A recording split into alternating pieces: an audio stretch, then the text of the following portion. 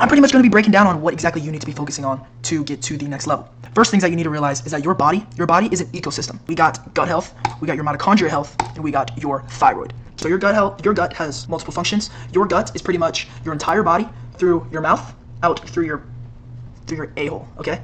Your gut breaks down and absorbs vitamins and minerals such as cholesterol, zinc, vitamin D, vitamin B, magnesium. All of these vitamins and minerals in your body, your gut is in charge of breaking down and absorbing those. Now, what happens whenever you have a damaged gut? Whenever you have a damaged gut, this is poor nutrient absorption, which leads to your body not being able to have these vitamins and minerals to produce your hormones.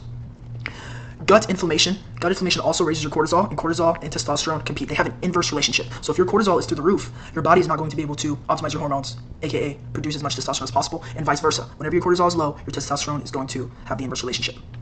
And chronic stress also leads strictly to gut health as well, because your gut is going to be stealing all this nutrients and all these resources from your hormones, or from your hormone production. And this is how we get to next to your thyroid. If you don't know what your thyroid is this little piece right here in your neck, and it pretty much is in charge of producing every single one of your hormones. An underperforming thyroid causes your body not to produce testosterone efficiently.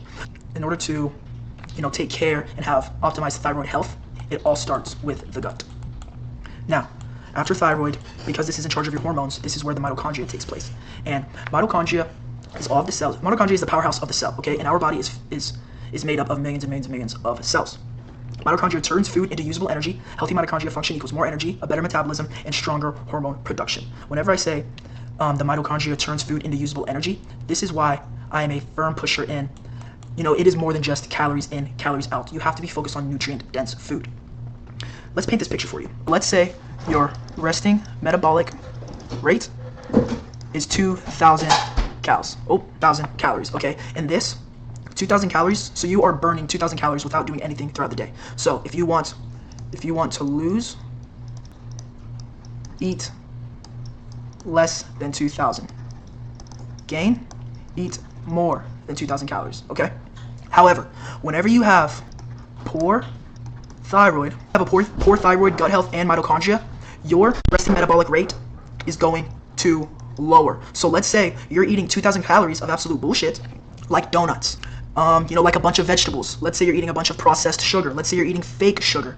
Your resting metabolic rate is going to now go 1,700 calories. However, because your weight has not changed, you still think in your head, oh man, as long as I eat under 2,000 calories, I'm still going to lose weight. I'm going to eat 1,800 calories today.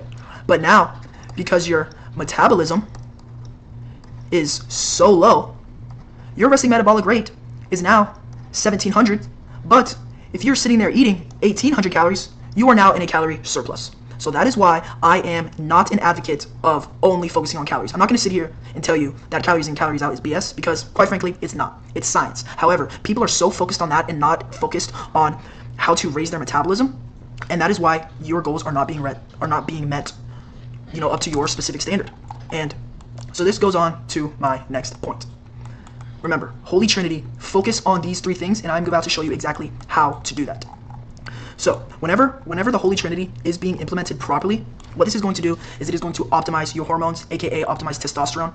Because I'm a man, I'm optimizing my this specific routine is optimizing my testosterone. However, if you are a woman, this exact routine is going to be prioritizing your sex hormone, which is estrogen and progesterone. But anyway, if you're a man watching this, which I assume it's mainly guys anyway, what is testosterone? Testosterone is your sex hormone. It is in charge of muscle growth, fat loss optimization, brain fog, energy, motivation, and your sperm count. Everything nowadays is pretty much lowering your sperm count, but hey, that's you could do your own research on that. But whenever you're looking to optimize that Holy Trinity, whenever you're looking to optimize your testosterone and your hormones, it comes down to two things. It comes down to your nutrition, and it comes down to your lifestyle. Nutrition, it's very, very simple. For some reason, everybody complicates it. You need to be prioritizing cholesterol, and you need to be prioritizing your protein. And everybody is so scared of cholesterol. However, that's for another video as well. So whenever it comes to prioritizing foods, you need to be prioritizing eggs, grass-fed butter, fatty meats, fatty red meats such as ribeyes, New York strips, ground beef, lamb, bison, as well as fatty fish. Fatty fish is tuna, salmon, sardines, shrimp. Shrimp is actually very high in selenium as well, which is just another vitamin/mineral. On to the next, we're going to be focusing on fruits. I'm talking mangoes, bananas, etc. And whenever I say fruit, please, please, please listen to this. Fruit, by definition, you tell somebody I'm going to be eating zucchinis, they're going to tell you it's a vegetable. You're going to look at somebody and be like, oh shit, I'm eating green beans. Green beans is a fruit. Okay, by definition, fruit. Zucchinis are fruits. Bell peppers are fruits. Cucumbers are fruits. Okay, avocados is a fruit. You need to be prioritizing those. And the reason why is because fruits are very, very good for your gut. Vegetables are not good for your gut. Next thing to prioritize is your vitamins and your minerals, okay? Nobody really knows what zinc is. Nobody really knows what magnesium is, vitamin D, etc. But just know those are the main vitamins and minerals that are going to boost the shit out of your testosterone so you can wake up just like that. Anyway. But zinc is a main mineral for your testosterone. Same thing with magnesium, same thing with vitamin D. And you can get these from multitude of things. Foods high in zinc are any type of red meat, oysters, eggs. Magnesium, such as avocados, mangoes. Vitamin D, a lot of seafood, as well as the sun. And B vitamins, the same thing, red meat, eggs. Pretty much the best quality food, the most nutrient-dense food everybody could ever eat in their whole entire life is anything from a cow that is well taken care of, and eggs. Preferably if the chickens are fed high quality food, but that's, like I said, that's for another video. And the next thing first is raw dairy. Yes, I'm pushing raw dairy. I really do not consume pasteurized dairy too much. The main pasteurized dairy that I do eat is like yogurt. It's kind of hard to find raw yogurt nowadays, and also butter. I can find raw butter sometimes, but not all the time. So I do have to, as long as I get grass-fed, I'm not really too worried about it. But I do drink raw milk. The thing about pasteurized dairy, whenever it is being pasteurized, it is breaking down a lot of those proteins and a lot of those enzymes, and those incomplete proteins and the incomplete enzymes, those are highly, highly inflammatory. However, and whenever it is not pasteurized, those complete proteins and complete enzymes, those are actually anti-inflammatory. So for people who are, I'm lactose intolerant, blah, blah, blah, like, consuming dairy makes me feel bloated, I would highly suggest testing out raw dairy, and I feel like that could help. But next up, after you are optimizing all these things whenever it comes to food, next thing is your lifestyle. Some people call it biohacking, okay? And there's multiple different corners, different angles that you could approach lifestyle, okay? But these are the ones that I personally implement, and the ones that I also share with my clients as well. And it's sunlight, sleep, cardio, and then also avoiding these down here. And whenever I say estrogen minimizing, this is bad estrogen, by the way, okay? So if you're a lady watching this, you may be thinking to yourself like, wait a minute, don't I want estrogen? Yes, you do, but this is bad. This is no-go. This is no-no, okay?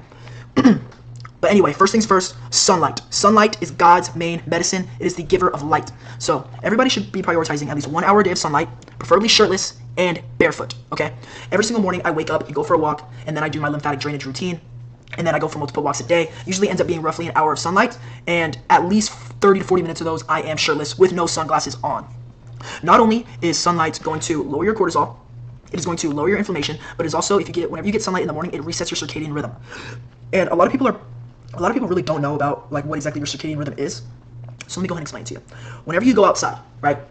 Whenever you wake up, your body naturally produces a high amount of cortisol, because your cortisol is your stress hormone, and whenever your cortisol is high, it makes you very alert, right? So your body naturally produces a lot of that because it's telling your body, hey, I'm awake, let's get shit popping, right? And then whenever you go outside, it's going to raise your cortisol up slowly and healthy. It is going to raise your cortisol in a healthy way. And then it is going to lower and lower gradually and efficiently. And then whenever you get the sunlight, okay, it causes your body to produce lots and lots of serotonin. Now the thing about serotonin, right, is whenever your body produces a lot of serotonin from the sun, roughly 12 to 15 hours later, your body is going to start producing melatonin. So every morning I get sunlight every single day, roughly around 7:15 to 8:15. I don't wake up with an alarm, so it kind of varies just depending whenever my body wakes up. But let's say I get sunlight every single day at 8 a.m. 12 hours later is 8 p.m. So around 8, 9, 10 p.m., my body is going to start naturally producing large amounts of melatonin. So that is pretty much a simple rundown of the circadian rhythm. But next thing that you need to be optimizing in your lifestyle is your sleep. You need to be prioritizing at least 7 hours, 7 to 9 hours. I try to be in my bed for at least 9 hours or so, like 9 hours, and then hopefully I usually get about 7 to 8 hours of sleep. My sleep is honestly pretty good. I don't wake up with an alarm at all. I just let my body naturally wake up. I do have that blessing because at the end of the day, I'm my own boss. I don't really have to be anywhere at a certain time. So, I have that luxury. Not everybody does. But if you ever do have problems with sleeping, what you need to do is up your magnesium intake. And I'm not saying from a supplement. I do not take any supplements, okay? I do not take any supplements. However, if I do ever have trouble with sleeping, some good things to do is to eat foods high in magnesium, such as mangoes, avocados, etc. Green teas are actually really good as well. You just make sure you get a green tea that doesn't have any caffeine in it. But yeah, and another thing actually that I don't have in here is warm showers. Warm showers within an hour of sleep time. So every day, the last thing I do for my night routine is, take a warm shower. And the reason why, so your body sleeps better, goes into a deeper sleep whenever your temperature is cold, okay? And whenever you go into a warm shower, if you're taking a warm shower and your body naturally goes into a mode of, oh, I'm around all this steam, I'm around this hot water, this hot air, let me lower my internal temperature. So your body goes into pretty much homeostasis and getting your body temperature regulated. So whenever you get out of the shower, your internal body temperature is going to lower and lower and lower, which is going to help with your sleep. Another thing is I put our thermostat on 68 to 69 every single night, and I sleep with a fan in my room. The fan in my room not only lowers the temperature, but it's a little bit of noise, because I have to sleep with a little bit of noise. I'm a slut for white noise, not gonna lie. Another thing, if you're having trouble sleeping, resetting your circadian rhythm, which we just talked about. Also reducing your blue light. Blue light is any type of light from a screen, okay? And blue light, what blue light does, it produces cortisol. And like I said, cortisol is your stress hormone, and the stress hormone keeps you alert, okay? And whenever you're in bed, you don't want to be alert. You want to be relaxed. You want to be calm. You want to be regulated. You know what I'm saying? So I would suggest cutting off all blue light by maybe 3 to 4 hours before you go to bed. Maybe invest in a pair of blue light glasses. Maybe don't get on your phone. Maybe instead of nighttime reels, you nighttime journal or you nighttime read. Next thing, zone 1 and zone 5 cardio. I'm sorry, but unless you're training for a marathon, or unless like you're training for something specific, long distance running, bro, is not good for you. It's terrible for your hormones. It's not good for your joints long term. And honestly, dude, it's just low tested shit. You know what I'm saying? If you are going to be doing any sort of cardio, you need to be doing zone 1 and zone 5. Zone 1 is pretty much your natural heart rate, and zone 5 is your max heart rate. Okay, so zone 1 would be walking. That's it. Walking. I go on a walk every single morning, like I said earlier. Walk, lymphatic drainage routine every freaking day, my boy. And then zone 5 is sprints. I'd suggest sprinting once a week. I'm not gonna lie, I've been lacking on the sprints recently. It's been about a month since I've ripped some sprints. Not gonna lie. However, sprints are anabolic as shit, and whenever your body is in an anabolic state, it pretty much means that you're building muscle and burning fat at the same time, which is optimal AF. So, if you're doing any kind of cardio that's not walking or not sprinting, do better, fam. Do better. And the next thing is you need to be estrogen minimizing. This is bad estrogen, by the way. So, some things that are in everybody's day-to-day life that are high in estrogen is beers, seed oils, preservatives and emulsifiers, polyester, and microplastics. Beers contain something called, I think they're called physates? No, they're called hold up. What is the thing in beer that is estrogenic? It's like physates or something. Phytoestrogens. Yes, that's what it is. So, your beer contains a lot of phytoestrogens. Okay, so yeah, avoid those. Next up is seed oils. Seed oils are very high in omega-6s, and don't be scared of omega-6s, okay? Eggs have a lot of omega-6s. A lot of foods are high in omega-6s. However, the reason why seed oils are bad is because the ideal ratio of omega-6 to omega-3 is usually roughly 1:1 to 3:1. So, as in your omega-6s, highest they should be is 3, when your omega-3s down to a 1. And seed oils, their omega-6 to omega-3 ratio is roughly 20:1. Let's actually, let me go ahead and fact check that, but I'm pretty sure that is correct as well. Seed oil omega-6 to omega-3 ratio. I'm pretty sure it's like 20:1, bro. Some crazy shit. Yes. Oh my god, it's even worse. Sunflower, holy shitballs. That's actually absurd. I'm copying and pasting that. Holy shitballs, that's freaking absurd. I didn't even know that. Whoa. Yeah, so anyway, so now you guys see right here.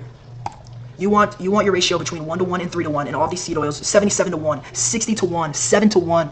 Like, canola oil is actually only 2:1, but hey, bro, nah, still no bueno. Stay the fuck away from seed oils. Excuse my language. Next thing is preservatives and emulsifiers. I'm not going to go into crazy detail about that. Pretty much, if you're looking at the ingredients list of something and you don't know what it is, if it has over 8 letters, I would put $500. I put so much money on it being either a preservative or an emulsifier. And those F your hormones, they F your thyroid, and remember what I said. That holy trinity, gut health, thyroid, mitochondria, you need to focus on those 3. Next up is polyester. Polyester is a bunch of plastic, and your skin absorbs everything around it. Okay, anything that touches your skin, your body's absorbing it. So if you have polyester on, you are absorbing plastic, whether you think about it or not, or whether you think it's true or not, it is. Microplastics, same things. Get away from the Tupperware. You stay away from plastic cups. And you know, it's a slow journey for me too. You know, our Tupperware is mostly plastic, but you know, we do have a few metal Tupperwares, and like it's a slow transition. And all of my underwear as well, I'm slowly transitioning out of polyester. I'd say about 60 to 70% of my underwear is cotton, and then 30% is polyester. And I really try to avoid the polyester up until all my cottons are dirty. But anyway, that is pretty much the best rundown of what to do in order to get your optimized metabolism, optimized hormones, and like just optimize everything in your whole entire life. This is something else, ignore that. But this holy trinity right here, prioritize your gut health, prioritize your mitochondria function, and then prioritize your thyroid, and then I also have some non-negotiables down here. Minimize your vegetable intake. Vegetables are not good for your gut. Maximize your fruits. Sunlight sorry for cussing so much. Sunlight AF, train hard AF, no long distance running, no preservatives, no seed oils, and the only thing that you should be cooking with is anything right here. And avocado oil, because why the hell not? Anyway, that is it. Thank you for listening, thank you for watching, and I hope you learned something from this video. Thank you. If you are interested in one-on-one coaching, if you are interested in prioritizing every single aspect of your life, please reach out, fill the link down below, and we can talk business. Thank you.